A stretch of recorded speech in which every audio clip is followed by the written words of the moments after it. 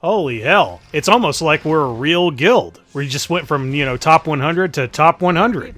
So yeah, it's like we're actually a real guild fighting real tough enemies. Who'd have fucking thought?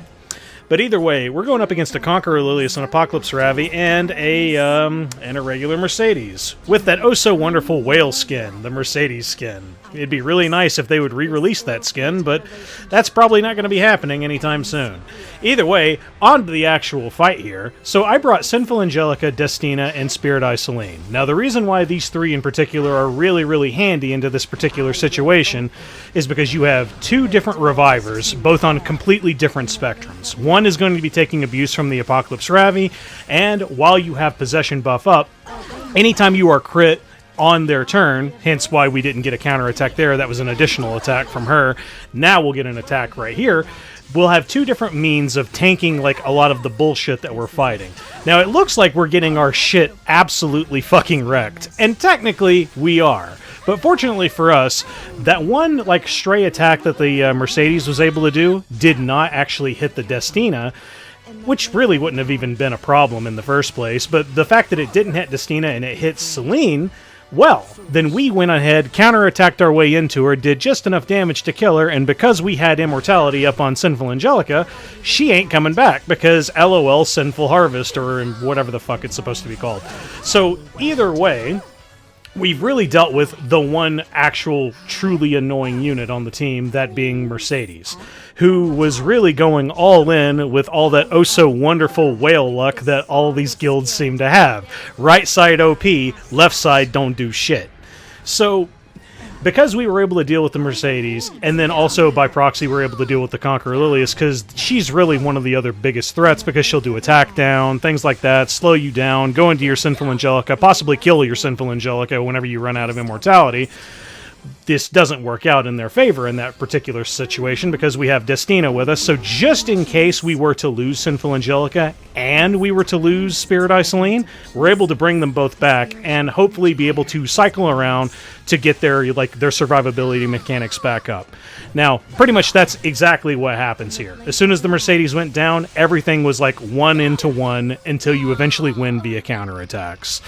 Now, on to the next fight.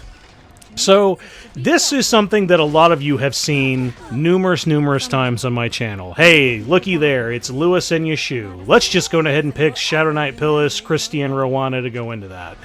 Well, now, I am going to definitively say 100%, and this may be confusing to some of y'all who saw like the title name of the last video where I was like shit-talking effect res. Well, here's the thing. Effect res works in this situation because we have, a decent amount of it on our Shadow Knight Pyllis, and then we also have a metric shitload of it on our Christy that's also going to be going into our Shadow Knight Pyllis. The reason why I'm, kind of losing my shit on effect res is just, how easy just pumping a little bit of effectiveness into any other unit can just bypass effect res, even when you're in, the 200 ranges, and even the safe ranges, which is 300 fucking %, which, honestly, that's insane. These ratios absolutely need to be altered, but we're not here to talk about effect res and all that other shit right now. We're actually here to talk about this fight. So, Shadow Knight Pyllis recently got a buff, and it wasn't even big. It wasn't big at all. They only changed two things about her. One, on her turn, she'll gain a little bit more HP back. It went from 3% to 5% or something like that. It was very small. And then the other big one is anytime a counterattack comes in, a counterattack, an additional attack, or any extra attacks come in, they also affect her. Now you're like, yeah, that's really not that big of a deal. That's really nothing special. Well, it turns out it actually kind of fucking is. Now, the main reason why is because in this particular setup, let's just break it all down. We're fighting Choux and Senya, and then the Oso Omega Cancer Lua herself. All of these units are going to go into Shadow Knight Pyllis, except for Senya. She'll only go into whoever has the lowest HP, and in this case, is usually going to be Shadow Knight Pyllis. So, the real shit kicker is everything is going into her, and the Choux was your only actual lose condition before. Because anytime she gets her S1, S2 follow-up, if she was to get that every single time, that is your only possibility and chance that you could actually really lose this matchup. It's the only thing that really affects you. because the damage that Choux did was just absolutely fucking insane. But now with this buff that Shadow Knight Pyllis got, she takes so much less damage from any and all counterattacks, additional attacks, extra attacks, and in this particular case, the S1, S2 follow-up from Choux. Usually you would see numbers in like the 6 to even 7k ranges on your def tank unit, Shadow Knight Pyllis. Sometimes now, I'm seeing somewhere in the 3s and the 4s. And that is actually a massive fucking difference. It is so big, in fact, I am willing to bet that you could bring this exact same team into this same comp, except this time without Roana. I would never normally say that, because Roana Shadow Knight Pyllis is usually the comp that you go with whenever you're dealing with a whole bunch of counter shenanigans. And the other reason why this whole team just works extremely well, especially with Christy there, one, we have 150 base ER on our Shadow Knight Pyllis. When you're above, I believe it's 70% HP, you're going to gain an additional 60% ER, so then we're at 210, and then we'll also receive about 100 ER from Christy, just because that's how the way her passive works. Whoever's in the back row gets half of her ER. So then that's around 100. So we're pretty much chilling in the 300 range. So unless you're rocking somewhere in like the 200s in terms of effectiveness, yeah, you're not going to touch her. And then you can just rocket punch your way to victory. Sure, it's a little slow, but hey, this is safe. And it's against probably one of the most cancerous teams in the game. Now, I know you're probably saying, but Lucent, we have Moon Bunny now. Yeah, I know. Yeah, I'll try that team again next time whenever I have Moon Bunny, because I bet it actually works better.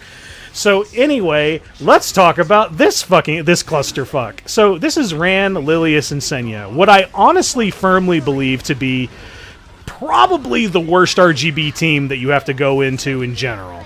So normally, this is like the normal strategy that I do that works. Because a lot of times when you're fighting really, really top-tier guilds, hey, Ran has almost paper-thin HP because he's built for speed and he sometimes even has a lot of damage on him. But the big factor that really fucked me over was this whole team was kind of fast. Well, except for the Senya. So the Lilias had a good bit of speed on her, because I just straight up wasn't even accounting for that. And then she was also rocking her EE that gives her CR. So with that, you straight up can't guarantee a win. Well, you can get a win here if your units don't just die immediately from the initial burst from the Lilias, but you will lose a lot of units. So hey, it works out, but the problem is if you have to fight that multiple times. We'll get into that a little further in the fight. So here we're fighting some, this is a whole bunch of fun, which you could straight up fight all this shenanigans with Knockwall. My Knockwall sucks ass, so we'll just go ahead and we'll skip across that part. So it's Conqueror, Lilias, Navy Captain Landy, and Charlotte. So the big thing that you have to be aware of is, oh cool, Navy Captain Landy will probably go absolutely fucking insane for every single moment that I leave her alive. Let's go ahead and deal with that now. With the attack buff and the attack buff that you get from the Sinful Angelica, you should be more than good enough. So here is where I was initially starting to like have some second thoughts, because at first I was like, oh yeah, cool, we at least have like, you know, the soul burn from Lethe right here, so where we can go into the Charlotte.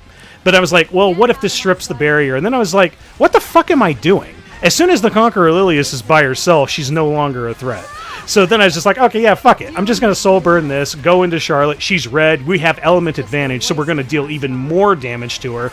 And not a lot of Charlottes are going to be rocking like plus 20k HP. So yeah, we'll just take her out of the game. And now, yeah, you don't have your barriers anymore to do your big meme damage with Arunka. But that doesn't fucking matter.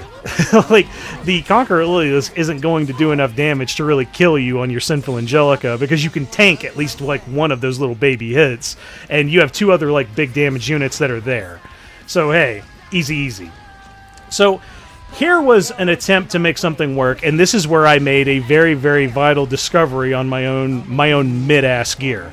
So, my gear is so fucking mid and terrible that I do not have the speed to actually guarantee an attack buff on my Moon Bunny Dominiel. I initially thought this was a really good idea. You can fight this team another way if you were just to, say, put Crow on the team, and then he would take the hit from the Lilias. Possibly you could die from that, but hey, if you have Holy Sack, then hey, you're pretty much good, and then you can just horse whoever you please, which in this case would be Navy Captain Landy. So The problem here arises from we didn't have the attack buff, and when I don't have attack buff, I actually do not feel safe going into Navy Captain Landy without attack buff, because a lot of the Navy Captain Landys either have huge amounts of HP along with their massive attack power, and some of them even have like some defense. Like, I've seen Valky's Navy Captain Landy, one of the really, really strong ones I've seen on the server, and I mean, hey, who's to stop other people from having a Navy Captain Landy quite like that? So, because we weren't able to have attack buff on our first turn, we were pretty much doomed. And right here is where I also learned, if I ever see Midnight Gala Lilias, I'm just straight up going to use additional damage, and I will kill you in one shot. But hey, that's how that one went down. Navy Captain Landy high rolled, and we fucking died. LOL.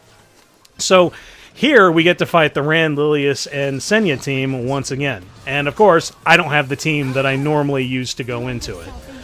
Kind of sucks, because this one would have probably worked better in our favor, because the last one had Silver Rain Rand. Silver Rain Rand is almost never really a threat, because you're more than likely expecting RNL, and then you're going to get fucked over by RNL. But this one probably was RNL, and he straight up just didn't get any procs of RNL. So the last one was more of a threat because it gave free attack buff to the Senya, and then the Lilias was able to take that attack buff and just utterly nuke my team. So that's what happened with the last one. Here, we're fighting a more traditional one, which is like probably ran on RNL, and then Senya and Lilias. So here I decide, well, how about we bring Elena, pretty much to nerf the damage on the AoEs. We'll have Christy for that extra little bit of Aureus for some damage sharing, as well as to provide some effect res to the back, just to make sure that we don't get utterly fucked by like provoke shenanigans or by blind from the Senya. And thankfully, we also have like 2 forms of cleansing. We have Doctor's Bag on Elena, and we also have the S3 from Elena as well. So we should be sitting pretty good at around 211 ER on Elena, so she's not going to get completely stopped. And she also cleanses on her S1, so it's like, hey, we should be pretty covered when it comes to debuffs. And it was here that I made another like realization. So with 211 ER, and I'm still getting hit by provokes from a fucking Senya, because, like, hey, this guy just built, like, 150 effectiveness or something like that on his Senya, or he just got really lucky with plus 120 or whatever. It just kind of, like, leaves me in a really, really bad mood whenever I look at shit like that. And then I just think to myself, like, what's the fucking point of even having this kind of ER on a unit like Elena? I should really just probably scrap some more of her ER and just straight up go bulk and speed. But of course, hey man, it's hard getting fucking gear. Like, that's the biggest like complaint that I really have with like the direction the game's in right now. Yeah, sure, we have that new powder system for the equipment charms, but I still feel like we really don't get enough like enhancement properties on our stuff. Because what I want to do is I want to have gear and then just not even look at it, plus 15 it, and then find out later if it's worth keeping or not. That's kind of how I feel about it. But hey, I haven't really been talking about the match, because basically Lone Crescent Bellona kind of like soloed everything, but like we were able to keep her alive long enough with some Aureus from Christie's. The mere fact that she also like has a little bit of HP recovery on her with her Golden Rose wasn't super helpful, but like, hey, it's something, and we were able to just power through. I still really like the Edward, Inferno, Khawazu, Rimuru strat, but like, hey, it's not guaranteed. And with that, ladies and gentlemen, that is the El GuildWar numero uno. Yay. God damn. But either way, we have had numerous top 100 Guild Wars for like the past couple of days. It's like, man, I'm so proud of my guild. It feels like we're actually strong or something. We're not. We're mid as fuck. But either way, I am very thankful that a lot of y'all are still really watching my stuff. And yeah, sorry I didn't get this one particular vid out the other day. The reason why is because I just wasn't feeling it. Like, I just didn't feel like I had enough to really talk about here. But, like, hey, you always have that kind of feeling whenever you're about to record something. It's just a matter of, oh, yeah, like, I don't really have anything to say. I'm probably going to just sit here and have a whole bunch of dead air or whatever whenever I'm talking about it. And it's like, hey, yeah, it's really not that bad. You just got to warm up for it, and then you just kind of go for it. Ooh, woo. But the big reason why, like, the last video was called, like, I'm losing faith in effect resist is because I just really thought about it and looked at my units like Moon Bunny. The only unit that I'm going to keep that F-res on is Sinful Angelica, because I have her strictly for the means of, like, countering Conqueror Lilias and, like, whoever, you know, has revive mechanics.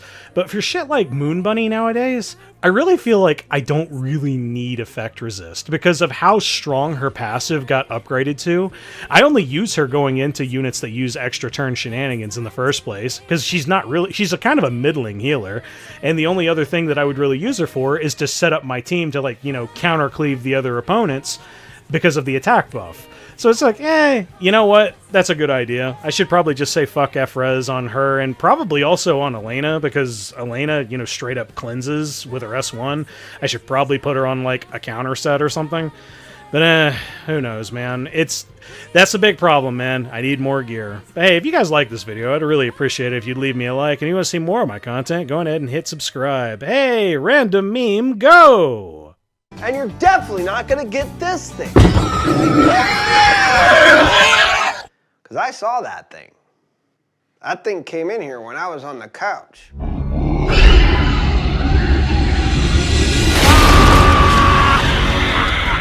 It's a pig! What the fuck? What the fuck? And just like that, now we're suddenly fighting some other random guild. And I am genuinely pretty surprised on this very first one. So it's like, okay, so Adventurer Raz, Senya, and then Martial Artist Ken. So I attempt to go into the Senya because I was 100% convinced I was just going to straight up kill it. Yo, dog, this Senya has 13k HP. And I'm like, what? So it's like, okay, so it's almost 14k, but I don't think I've ever seen a Senya that low on HP in a long, long time. So, like, yo, you got me. You got me, son. I'm actually legitimately confused by that. So, if you were going into this and you knew their HP values beforehand, you would probably go into the Raz first, because he had, like, straight up 27,000 HP or some shit. Yeah, Hwayoung would one-tap that. And because we also don't do crits, then we would just go into the MLK willy-nilly. Now, correct me if I'm wrong, but I believe MLK is supposed to counterattack if you do any normal attacks to the other opponents, or are you supposed to crit the other allies on the team? I legit can't remember. I'll have to look it up some other time, because I just figured that was the whole point of MLK's buffs, to encourage you to hit into him. But, like, hey, whatever. So basically what I'm doing here is, because my my Doris is just thick enough, we have cleansing on our Mediator Kawerik, we also have attack buff on him, and we have shields. Like, yo, this whole team is just straight up, I'm prepped to tank anything that you're going to throw at me, bud, and all of my damage isn't even a crit. Because straight up, as soon as Hwayoung gets her chance, which is going to be her very next turn, after we kill the Raz, which is now, it's time for S3 on Hwayoung, and your MLK is at like 15k HP. Yeah, it's a little bit low. I think usually like a good MLK is like 16 to 17k or something like that. Doesn't matter. 15k and you have a little bit of damage on you, Hwayoung will kill you. Shazam! Now for the other fight. So, Spirit Eye Celine, Unbound Knight Arrowell, and Bellion. So, we went into this fully expecting that the Bellion was going to be on injury, and that the like Spirit Eye Celine is like a typical one that's on lifesteal or something like that. So what I wanted to do was, instead of using Arunka, which is what I would normally kind of do in this situation, I wanted to bring Last Rider Crow, Roana, and then also DJB. The reason I brought DJB was just to kind of like get a feel for him, how he feels going into barriers compared to Arunka right now. And the biggest thing that I would probably tell you, aside from this part right here, Shazam, that is not injury Bellion. So, because it's not an injury Bellion, for starters, this whole match is free. But I'll get into that in just a moment. But when I was talking about DJB before, I honest to God kind of feel like he needs a little tiny buff. And I mean like a tiny buff. Like one of those just like subtext or whatever kind of related buffs where they just change one little tiny thing. And honestly, I would just reduce his cooldown time for his S2 by like 1 turn. Because the big thing that happens here is I see numerous opportunities to use the S2 for DJB. Like right here would have been amazing. It would have straight up murdered that Spirit Eye Celine. But we didn't have it. And because we don't have it, and then we have LRK's turn up, well, fuck it. I guess I have to take it. So I'm going to use this time. Now I lost all that glorious opportunity to use DJB's S2. And then here, it's also kind of a waste because, you know, the Spirit Eye Celine had 1 turn left of barrier, and now suddenly we have S2 on DJB, and we don't have any barriers to really exploit. So that's like the one little tiny thing I would probably suggest for DJB. Maybe have his S2 decreased by maybe 1 turn. Sure, he gains an extra turn whenever he uses his S2 into like a barriered unit, but I mean, that still kind of exemplifies my point. It feels like you don't have it when you need it into situations kind of like this. And with DJB, it kind of feels like you never want to use his S3 unless absolutely necessary. The main reason why is because that's his only form of damage mitigation whenever he's being targeted and he's going to be taking damage. Kind of sucks. But either way, right here, so now we've pretty much killed the Unbound Knight Arrowell, and I can still kind of play this along because the Spirit Eye Celine's going to bring her back. And if the turn order just like lines up just right, and she's able to use her S3 before she gets escort back, because the case in point, I still have S2, I don't have anything to use it on. So it's like it feels really, really bad from DJB's perspective whenever this kind of situation happens. But oh well, whatever. That's just kind of the way it is. So now she goes in with her S3. So now we're going to have big barriers to play with. And lo and behold, we have S3 available on Crow. So here I take the opportunity of, okay, fuck it. We're not going to go for it. What we're going to do is we're going to see if we can cycle around to DJB, and then we'll use the S2, because this will absolutely murder the Unbound Knight Arrowell. It should do a lot of damage to the Bellion. And then it'll also do a shitload of damage to the Spirit Eye Celine. Now here, I go for a gamble. I managed to hit the gamble. We stun the Celine. It's her next turn right here. And then because we didn't use the Last Rider Krau Siegfried, mobile weapon Siegfried on the last turn, now we'll use it here, and then we'll just kill him outright. Commentary was provided by LucentAzure. Either way, that was a really fun match. I just kind of wish DJB was a little bit better in the anti-barrier department. Just a tiny bit. Now here, I'm essentially going into the same kind of shenanigans again, except like, I mean, well, it's not really the same. It's only like 2 units that are the same. So Spirit Eye Celine, Unbound Knight Arrowell, and Remnant Violet. So here, I didn't take into account that speed set Spirit Eye Celines do in fact exist. They exist and they're actually pretty prevalent. So that was my own fault right there because now I can't just go in with with Arunka. I was expecting like maybe like a Rylet or Unbound Knight Arrowell was going to go first, but either way, this kind of works out more in my favor. So now the Remnant Violet has barrier, and it's Arunka's turn going to be coming up soon. So the other big thing that I kind of made a mistake on as well is I didn't necessarily need to use Mediator Kawerik's S3 at the start. I could have just used his S1 or even better his S2 to just like, you know, get a little bit of a barrier going.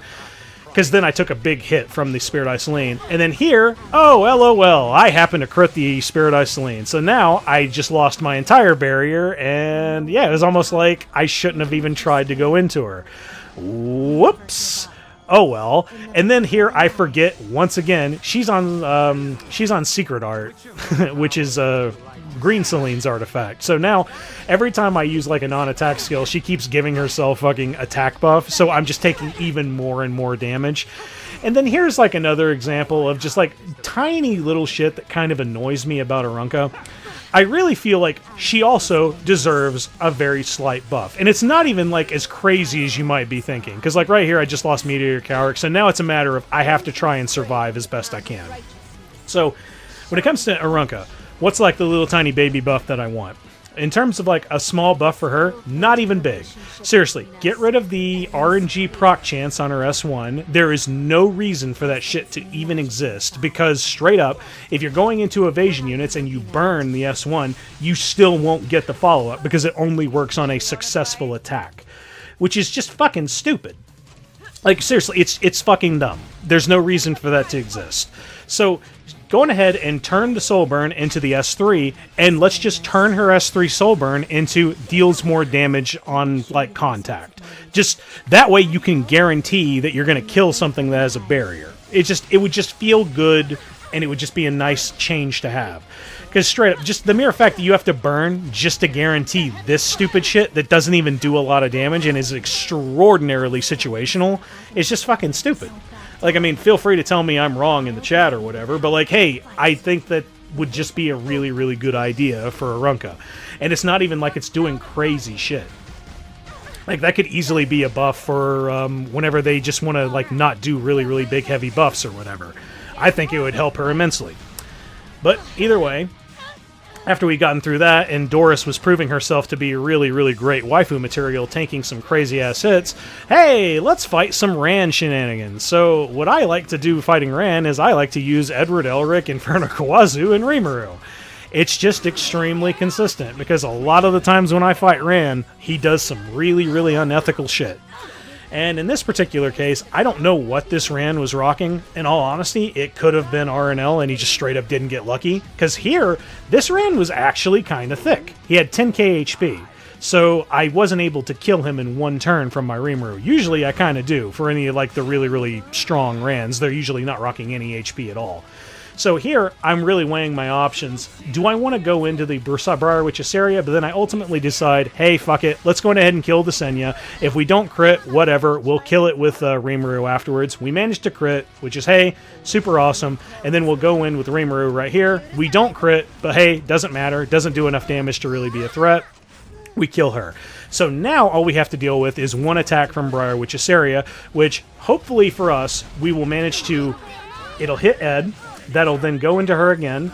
We are able to deal enough damage to her, and then we also happen to strip her immortality with the Rise equivalent exchange that Ed did, and then his turn rolls around once more, and then we just go into her one more time for a quick little kill. Now, this is a variation on one of the Senya Choux teams. So this is Senya, Choux, and I Winter.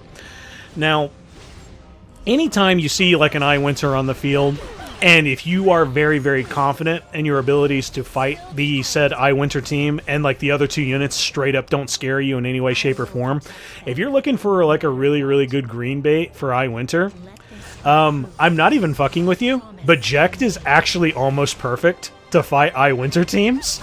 It's just here, I didn't want to do that because my Jekt kind of sucks ass. I need to actually get him some decent gear, and then I'll probably effectively start using him into these particular teams. But here, what I decided to do is I wanted to go with Shadow Knight Pyllis, and then also Hey Soul and Roana.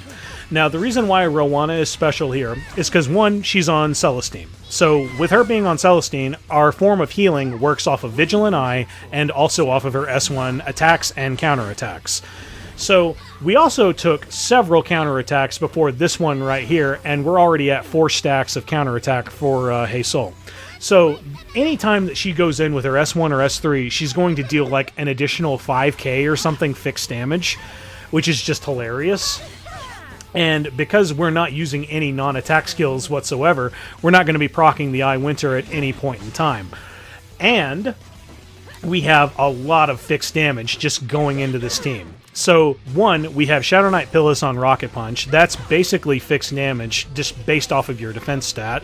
It's technically not fixed damage, but it's additional damage, and it fucking feels like fixed damage. And then with Hey Soul, we basically are doing pretty much the same thing, except it's fixed damage. If I had a second Rocket Punch, look, good lord, I'm ready for the Aespa like collab to come back, because I just want to grab like 3 more Rocket Punches, because I could easily put them on like numerous different units, and it would just be extremely effective. That artifact is overpowered as fuck, and it shouldn't be a fucking limited artifact. Same with Benimaru's Taichi. Both of those need to not be limited artifacts, but hey, whatever. We were able to kill the Senya. And then here we were able to hit the Eye Winter with the S3 from Hey Soul that strips her, that gets rid of her stealth. And then I take this opportunity because I just so happen to have a turn for it, kill her with Shadow Knight Pyllis, and Shazam. We pretty much just kind of power through this team through counter-attack shenanigans, additional attacks, and fixed damage. Hoorah! And now for the piece de resistance. So hey, look, it's Lethe, Destina, and Dark Corvus. Oh gee, I wonder what I'm fighting. Probably some light cancer. Well, yeah, you are correct. So we're fighting Unbound Knight Arrowell, Savior Aiden. Well, I've said Spirit Eye Celine by accident like twice now, and Mercedes.